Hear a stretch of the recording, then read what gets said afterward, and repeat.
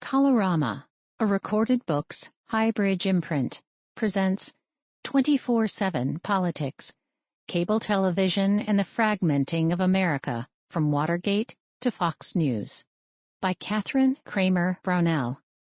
Read by Patricia Shade. Introduction. The Great Hidden Political Asset. Curiosity and excitement filled the air as Washington politicos gathered on March 1, 1984, to hear about a great hidden political asset, cable television.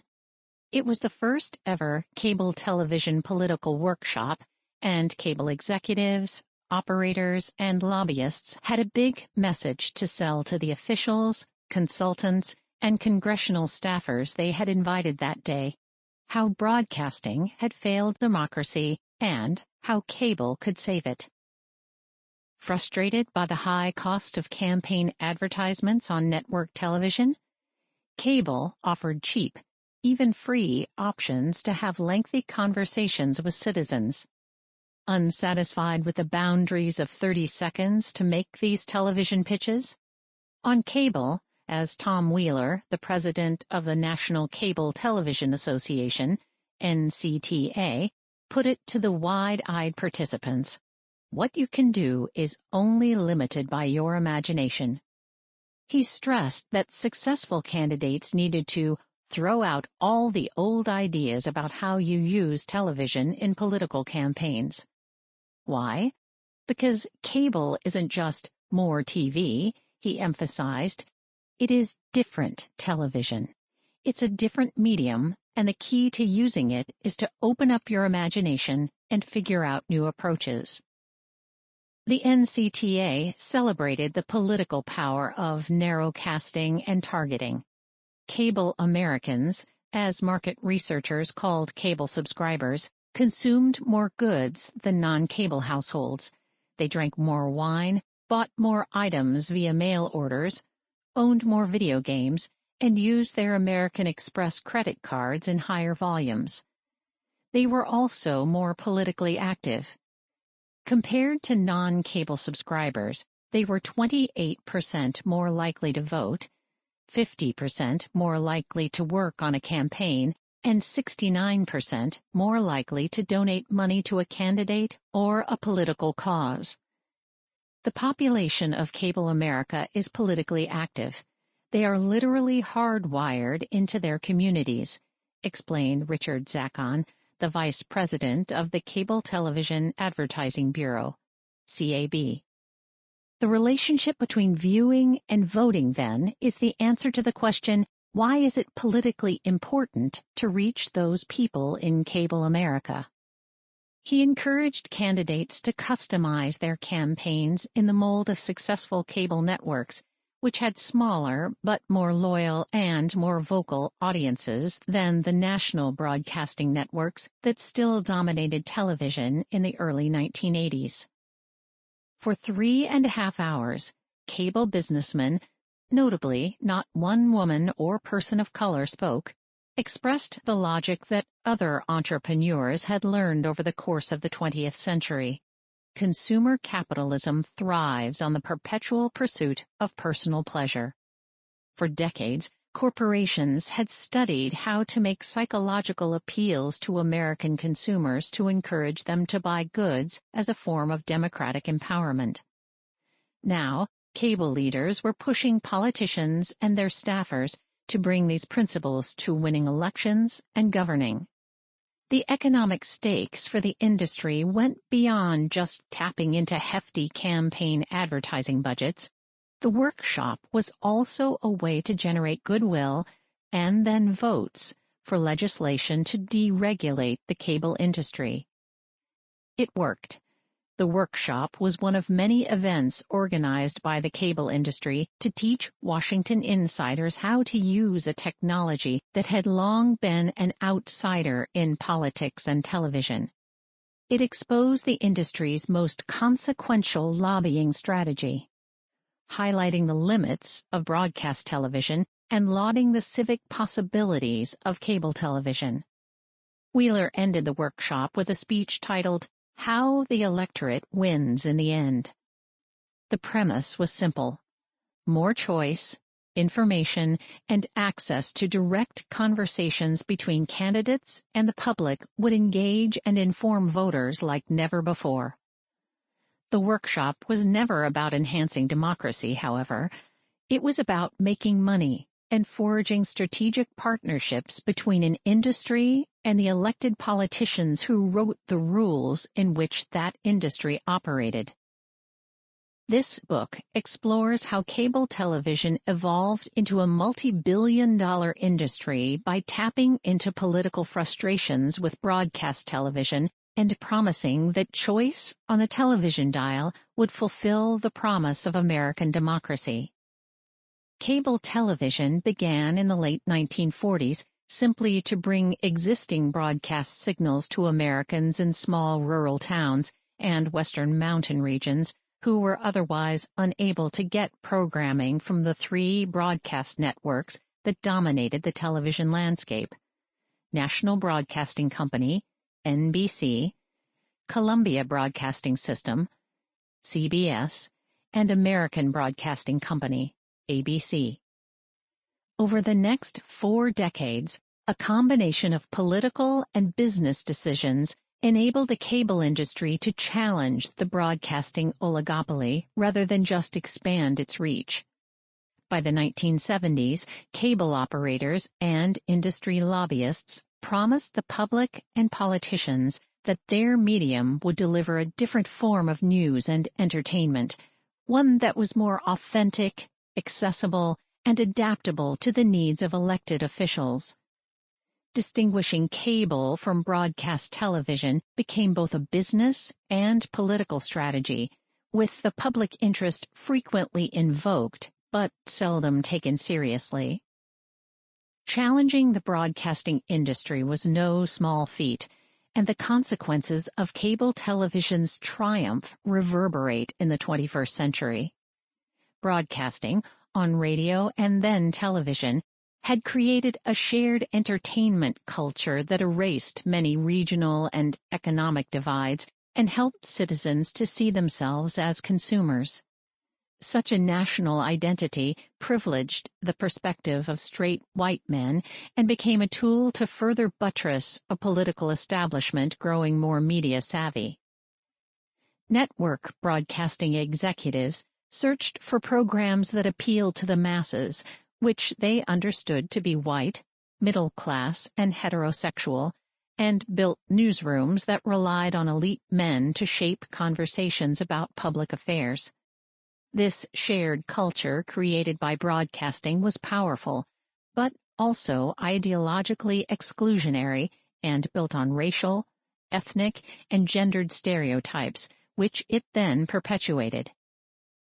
Cable television thrived by promising to bring diversity and new perspectives into American politics and culture and to tear down the gatekeepers of network broadcasting with market forces. Even as cable companies became more consolidated, programming on the medium remained decentralized compared to the film and broadcast industries, ultimately emerging as a vehicle for anti-establishment political forces. Cable news programs called out the elitism of network news and eagerly challenged and disrupted mainstream institutions and journalistic practices. Eschewing the half-hour evening news program, narrated by the likes of Walter Cronkite, cable networks like C-SPAN offered an unfiltered view of the House of Representatives, whose empty chamber was used by figures like Newt Gingrich, Republican Georgia, and Robert Walker, Republican Pennsylvania, to build a small but outspoken conservative audience. Lengthy cable talk shows allowed presidential candidates to evade the Washington press corps and talk directly to narrow segments of the population about the very issues polls showed audiences cared about, whether specific policies or music interests. Such programs took on a feeling of authenticity because they differed so dramatically from the curated network news programs, and yet they simply introduced a different political filter, one that often entertained rather than informed viewers, and overwhelmingly did so by stressing divisions rather than finding common ground. Cable promised to empower people, politicians, and perspectives not included in network broadcasting, and it did. It seduced political leaders who saw television as central to winning elections and governing, and wanted more media access than network television would provide. It mobilized a public willing to pay for newer and better television. It encouraged a different approach to television that made citizens and politicians rely on the marketplace to interact with one another, ultimately making political success dependent on generating good ratings, not necessarily crafting effective policy. The history of cable television does reveal how a more accessible and expansive medium can bring new voices to political conversations and stimulate civic engagement. That's certainly what happened in 1972, as ordinary citizens creatively produced their own election night coverage of local city council races on public access channels using roving reporters donning porta-packs to interview candidates and analyze voting patterns. 2 decades later, MTV lauded how its Choose or Lose initiative registered thousands of young voters. But such efforts were always about advancing the bottom line of a highly regulated industry looking to demonstrate to elected officials why they should encourage, rather than limit, the growth of cable television. The development of cable television, from its political awakening in the 1960s to its dominance in the 1990s, exposes the ways in which American political institutions and values are deeply intertwined with media industries.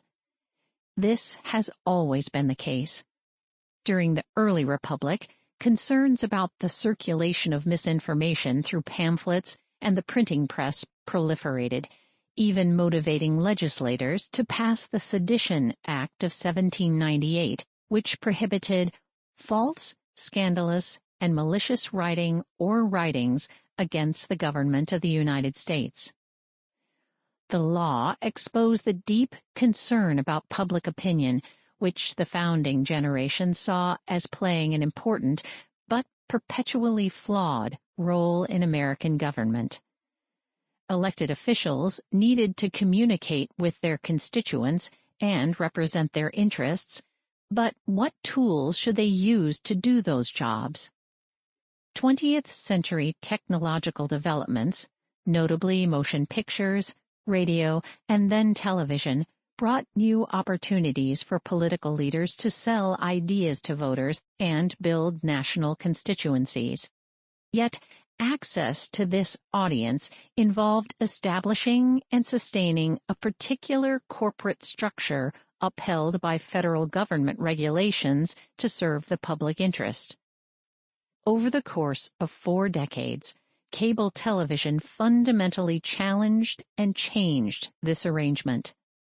As cable knocked down the hierarchies and rules embedded in the broadcasting era, it helped to create a privatized public sphere where notions of efficiency and consumer choice reigned supreme, and earlier expectations that corporations had a civic responsibility increasingly faded. Regulators, elected officials, and millions of Americans became convinced that a deregulated media marketplace could advance democracy, and as the CAB understood, with the slogan that it promoted during the 1984 workshop, E equals MC squared, effectiveness equaled more cable. As a result, the politicians who once looked down on the industry during the 1960s had their media consultants studying it during the 1980s, and, over the next decade, they eagerly accepted invitations to appear on new cable channels like CNN, C-SPAN, Comedy Central, and even Nickelodeon.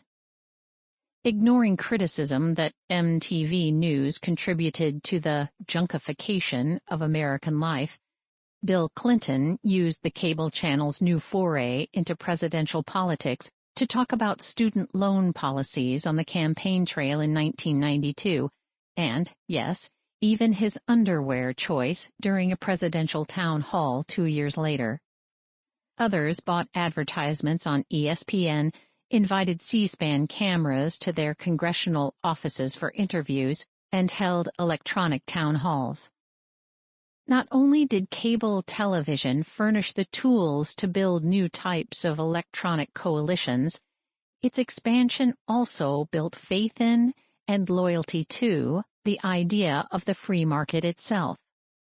Cable operators promised to deliver programming that would educate and empower individuals by expanding media choice.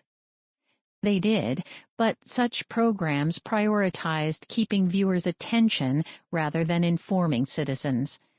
In the end, more Americans became engrossed in watching sports and movies and ignored politics altogether, ultimately affording an outsized role for more extreme voices to shape the political process. Donald Trump's divisive presidency was a culmination of the shifting media culture propelled by cable television and a consequence of this bipartisan embrace of the marketplace as the arbitrator of democracy. Trump launched his political career by appearing on Fox News and using his celebrity status created on a reality television program, a programming style that the cable dial first revealed could be profitable.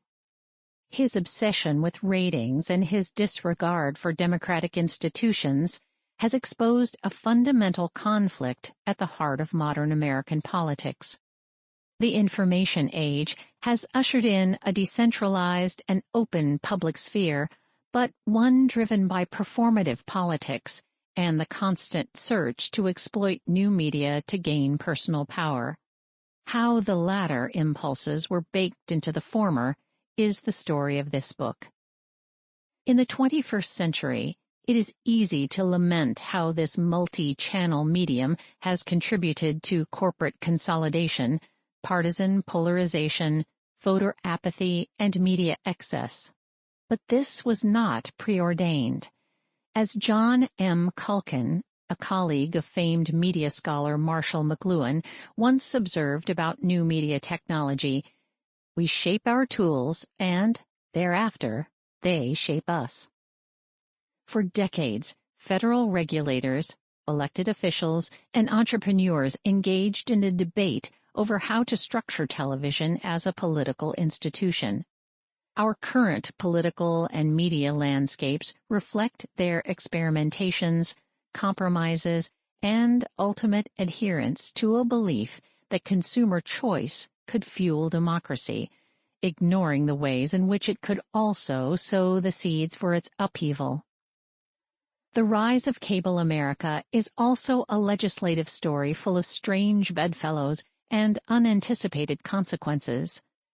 When a young Democratic representative from Colorado, Timothy Worth, came to Congress in 1974 on the heels of Watergate, he certainly didn't envision working with a conservative senator from Arizona, Barry Goldwater, to deliver cable legislation that would put him at odds with his fellow New Democrat from Tennessee, Albert Gore, Jr. Worth even sided with President George H.W. Bush on the issue in the fall of 1992, as he helped to run the Clinton-Gore campaign. When Democratic Chief Deputy Whip William Alexander launched a congressional experiment to connect to local news outlets through C-SPAN, he did not anticipate that members on the conservative fringe of the Republican Party would use these same tactics to undermine the credibility of Democratic Speaker of the House, Thomas Tip O'Neill. Such instances show the limits of seeing ideological battles between liberalism and conservatism as driving changes in recent American political history. For elected officials, constituent pressures and self-interest frequently determine their legislative decisions, particularly when it came down to how to structure media institutions that they increasingly saw as central to political power. That's why Richard Nixon, a man obsessed with media politics, played such a central role in shaping the trajectory of cable television. The 37th president viewed the medium as a political weapon to undermine the political, economic, and social authority of television networks he felt were biased and out to get him. Cable could also provide embattled political leaders like himself more control over media messaging. Even as he retreated to Southern California in disgrace, such ideas resonated with politicians across the political aisle, something savvy cable operators recognized as they worked to ingratiate the industry into operations of government and campaigns. For the next 2 decades, the industry celebrated narrowcasting, targeting, and the ability of the market to deliver civic goods and services, and politicians and the public alike bought into that promise. Cable television's political triumph by the end of the 20th century deepened the connection between democracy and the marketplace, ultimately creating the segmented, sensationalized, and privatized public sphere that exists today. In 1958, prominent newscaster Edward R. Murrow famously feared a future in which public affairs became shaped by an incompatible combination of show business, advertising, and news. Less than 4 decades later, cable television made that world a reality. Cable pioneers didn't set out to transform American democracy, but they did, unleashing a media-driven battle for ratings that has now overtaken the political process. This is the story of how citizens learned to vote with their remote, with stark consequences for American politics. Act 1. A Political Awakening. It all started in the late 1940s when some engineers and appliance store salespeople in Oregon, Arkansas, and Pennsylvania experimented with a way to tap into the burgeoning television market by bringing broadcast signals to rural and distant communities. The premise was simple. Put an antenna on top of a building or a mountain to get the television broadcast signals coming in from a nearby city, and then run a cable, hence the name the technology would later take on, into hotels, bars, and even individual homes for a monthly fee. It was hard work to trek up a hilltop with an antenna, generator, and television set to even find a signal. Bringing that signal into town required creative technology, notably amplifiers, to boost it along the way. It was risky and expensive. Some of the first operators mortgaged everything they had to purchase miles and miles of coaxial cable. The gamble paid off. Residents of small towns were thrilled and eagerly signed up so they could purchase newly available television sets. Known first as community television, these systems soon took on the name CATV, derived by combining the terms community antenna and television. Initially, it was a win-win for local broadcasters and CATV operators, what Federal Communications Commission, FCC, Chairman Newton Minow called a love affair. Broadcasters depended on advertising to pay the bills for programs they then disseminated for free to viewers. Larger audiences, then, could only help them justify charging higher prices. Operators of CATV systems didn't need to create any programming, they just had to deliver it. These entrepreneurs faced high startup costs and had to negotiate with local government and telephone companies to hang their wires on utility poles. However, once a household hooked up to the system, operators knew they had a dependable monthly income. Americans in small towns and cities alike loved their television sets, and, If tough times hit, they would forego paying other bills before canceling a subscription.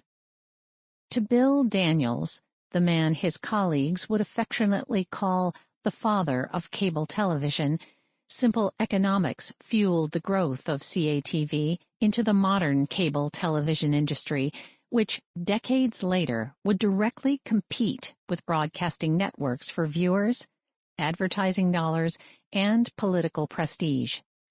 As he built a powerful and profitable investment firm that forged deals to grow the cable industry, Daniels repeatedly emphasized that cable television had two friends, Main Street and Wall Street. The public wanted television, and investors saw the profits that could be made by tapping into such an obsession. And yet Daniels, who would later climb the ranks of the Republican Party and launch an unsuccessful bid for the Colorado governorship, also understood that cable's success depended on another factor, politics. Across the country, cable operators quickly learned that the state mattered as they encountered tax bills from the IRS, antitrust investigations from the Department of Justice into business partnerships between cable operators and equipment suppliers, and rules from the FCC limiting what programs they could show and where they could even build systems. And so, like other industries, they formed a trade association to grapple with these shared political concerns. Through the National Community Television Association, NCTA, these men, and overwhelmingly they were men, battled over what community television even was and what it could be. At first, to avoid taxes, NCTA members agreed on a narrow definition of cable television. They sold CATV as a passive antenna that merely extended broadcasting signals rather than working as a wire and equipment service that would have incurred an 8% federal excise tax. It worked, resulting in lower taxes when the courts agreed in 1957. Eventually, members like Bill Daniels saw this vision for cable as too constricting and pushed another view of the technology to tap into new markets, cable as an alternative to broadcasting and its handful of channels. Such an approach to cable put it in direct opposition to entrenched interests that shaped the post-war media and political landscapes, ultimately forging a rivalry that would transform both over the next few decades. By 1990, Bill Daniels could reflect on how far cable had come by rattling off everyone who'd tried to stop them. ABC, NBC, CBS, the telephone company owners, the movie producers, the local TV stations. The list went on to include city councils, state governments, power companies, lawyers, and lobbyists. Daniels recalled a particular challenge came from congressional representatives who didn't like us because their broadcast buddies at home, who they were dependent on to get reelected, didn't like us. To Daniels, though, all that bad blood spelled opportunity. We figured that if all of these people were trying to stop us, we must have something. As Daniels made clear, the cozy relationship between broadcasters and CATV operators quickly dissolved amid debates over the legality of pay television, the types of signals operators could import, and FCC ownership rules. Unexpectedly, it was the most powerful man in the country who delivered the final blow to this relationship, President Richard Nixon, who used cable television as a weapon to wage war on network television with sweeping consequences. 1. The power of broadcasting. In the early days of 1961, the news broke that Newton Minow would be joining John F. Kennedy's upcoming administration as the new Federal Communications Commission, FCC, chairman. As a young lawyer from Chicago, He was excited about the opportunity, even though he knew little about the broadcast industry he would soon oversee. Before the January Sample complete. Ready to continue?